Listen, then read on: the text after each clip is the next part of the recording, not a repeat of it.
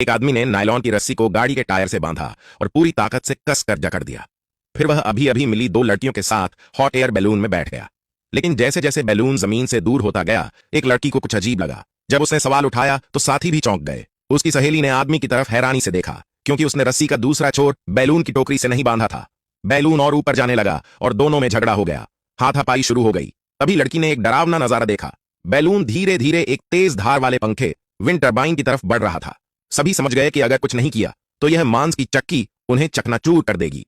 थोड़ा होश रखने वाले आत्मा पोलन ने तुरंत गैस का वॉल्व पूरा खोल दिया और सीट बेल्ट बांध ली। अब चारों बस प्रार्थना कर सकते थे कि गैस बढ़ने से बैलून ऊपर उठ जाए और वे बच जाएं। लेकिन समय बीतता गया और ऐसा कुछ नहीं हुआ। जैसे ही उन्होंने राहत की सांस ली, एक पंखे का ब्लेड टोकरी के एक कोने को चीरता हुआ आया।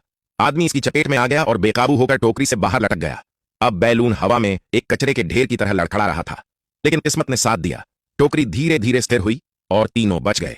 लेकिन पोलम की जांघ की धमनी में एक लकड़ी का टुकड़ा घुस गया। खून बहता देख मां जेनी नाबाई घबरा गई। उसे एक विचार आया। उसने अपनी शर्ट फाड़ी और घाव के ऊपर बांध दी। खून रुकने के बाद पॉल ने होश संभाला और जेनी से गैस बंद करने को कहा। अगर हम और ऊपर गए तो या तो जम जाएंगे या ऑक्सीजन की कमी से दिमाग खराब हो जाएगा। तभी जेनी को पीछे से एक परिचित आवाज़ सुनाई दी। जब उसने मुड़कर देखा तो वह आदमी एक सुरक्षा रस्सी से लटका हुआ था। बचाने की जल्दी में जेनी ने टोकरी के किनारे पर कदम रखा और उसे पकड़ने की कोशिश की, लेकिन दूरी ज्यादा थी। आदमी ने जोर जोर से झटके दिए, लेकिन अचानक एक चीखन सुनाई दी।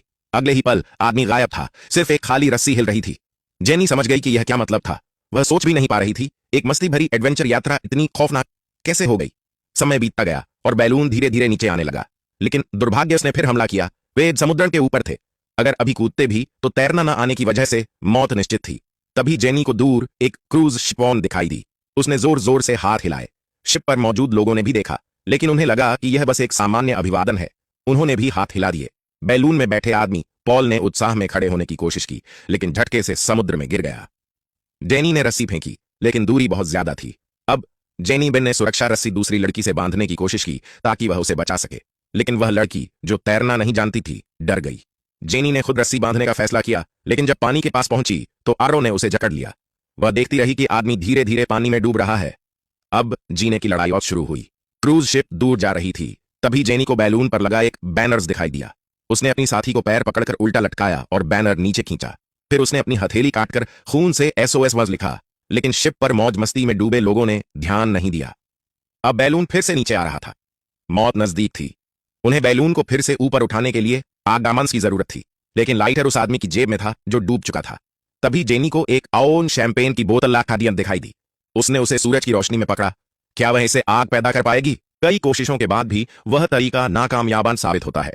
तभी अचानक उनकी नजर पड़ती है एक कंडोमन पर। लड़की तेजी से उसका रैपर फाड़ती है और उसे शराब की बोतल के मुंह पर चढ़ा देती है। धीरे धीरे जब वोडका उसमें डाली जाती है तो वह सूखा कंडोम एक पानी के गुब्बारे बाल में बदल जाता है। लड़की सूरज की रोशनी को फोकस माइस करती है और अपनी सहेली के हाथ पर एक चमकती बिंदु बनाती है। तभी अचानक सहेली की चीख सुनकर उसका दिल धड़क उठता है। उसका आइडिया काम कर चुका था। जेनी के निर्देश पर सहेली अपने बटुए से एक आइनोटाम्बर निकालती है और उसे पानी के गुब्बारे के पीछे रख देती है। कुछ ही सेकंड में नोट से और धुआं बाहर उठने लगता है। खुशी से झूम उठती है जेनी।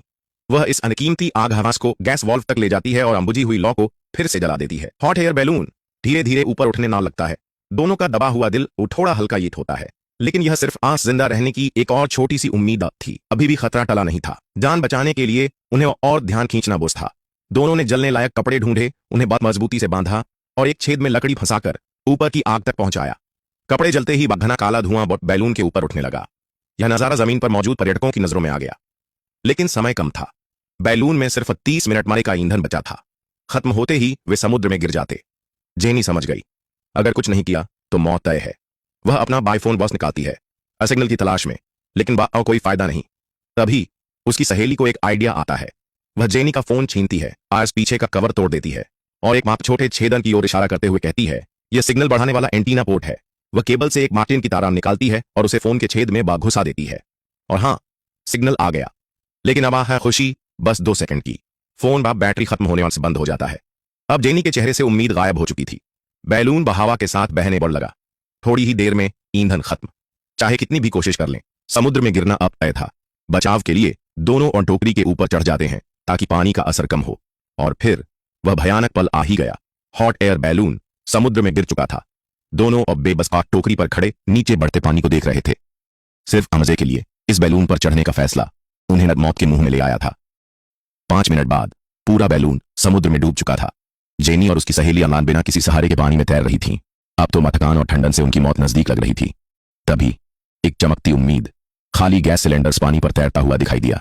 जेनी अचेत सहेली को खींचते हुए उसकी ओर बढ़ती है, लेकिन यह भी स्थायी समाधान नहीं था।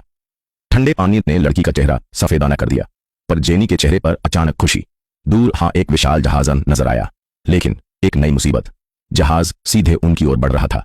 अगर वे पान हटते नहीं तो बाद 1 मिनट में कुचल दिए जाएंगे। जान बचाने की जद्दोजहद। दोनों बांध तड़पते हुए एक तरफ तैरते हैं। जहाज बीच से निकल जाता है, लेकिन बाद अब वे मदद के लिए चिल्ला भी नहीं सकते। थकान, निराशा, हार। अब तो वे बंद संघर्ष छोड़ बस पन शांति से मौत का इंतजार बंद करने लगे। तभी दूर से आती है एक आवाज। उनके छोड़े धुएं ने काम कर दिया था। बचाव दल आ चुका था। जेनी और उसकी सहेली रो पड़ती हैं। इस भयानक अनुभवन के बाद शायद वे बंद कभी हॉट एयर बैलून पर नहीं चढ़ेंगी।